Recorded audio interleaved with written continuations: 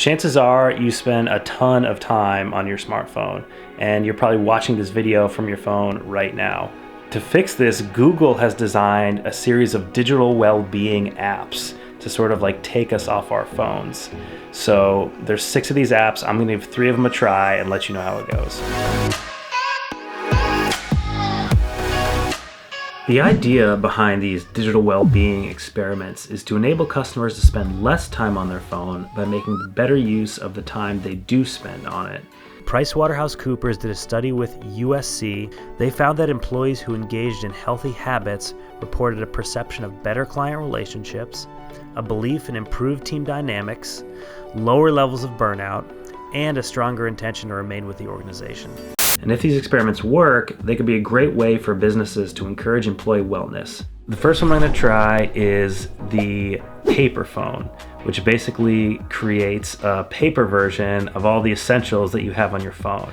So basically you go through and you select these items that you want, and Google will compile them into a PDF, you print it off, fold it up, and you have this little paper phone that you carry around.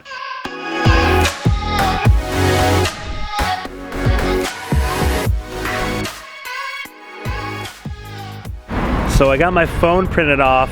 Maybe it's folded right, maybe it's not, I can't really tell, but I'm gonna head to the coffee shop and put the map to work.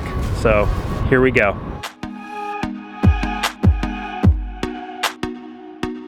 I really hope I don't get lost, because it'd be terrifying to actually have to talk to somebody to ask for directions here.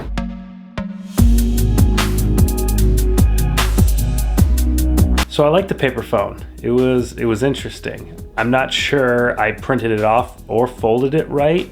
I wish the instructions were a little more intuitive, but otherwise I thought it was pretty wild. It didn't help with my digital well-being so far as like just condensing your phone down to some basic elements, and you're not carrying your phone around. I guess you're leaving your phone at home, which is cool. I'm curious to see how a few other of these experiments go and see if it's a different outcome. So on to the next one.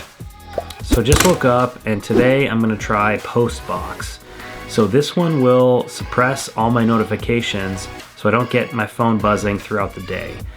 You pick a designated time, and that's when all your notifications will be delivered to you. So I think this could be a good one to minimize distractions and sort of allow me to stay focused. We'll see how it goes.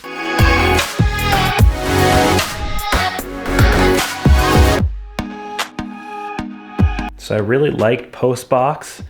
It was super effective. I was able to chill during the day, get work done, not get distracted by my phone.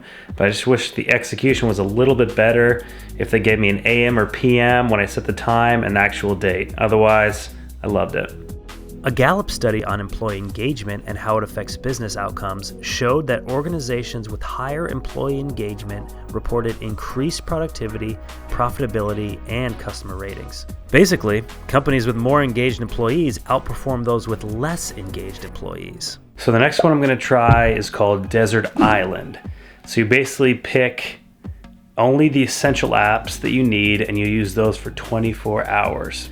So for this one, I'm gonna cut out all my social media apps, no ESPN. I'm just gonna go with Google Drive and Trello and see how this goes. The only way for me to get out is to tap here, this little island with palm tree icon. So that's pretty cool. It turns it into like a dumb phone, which I really like. So I'll check in with you in 24 hours and we'll check on the progress. So I've completed the 24-hour Desert Island experiment. The best thing about this one was it forced me to think about which apps do I need the most and which apps I don't. You know, I went without, social media for 24 hours and I didn't miss it. So that's got me thinking about my relationship with my phone and apps. And that's something that I think we all need to come to terms with. When does it become toxic? Are these things actually enriching my life? It helps you reassess your relationship with apps and technology. And I think it's a step in the right direction.